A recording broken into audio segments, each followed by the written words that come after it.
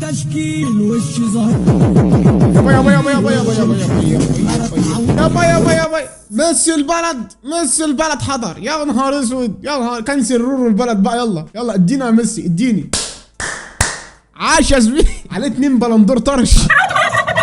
مبدئيا كده مفيش حد هنا بيبيع صواريخ، ولما بنيجي نطلبها اونلاين بتيجي متاخر قوي، فعايزين حد بعد التراويح على طول يبيع لنا صواريخ عشان نتبسط. عايزين صواريخ.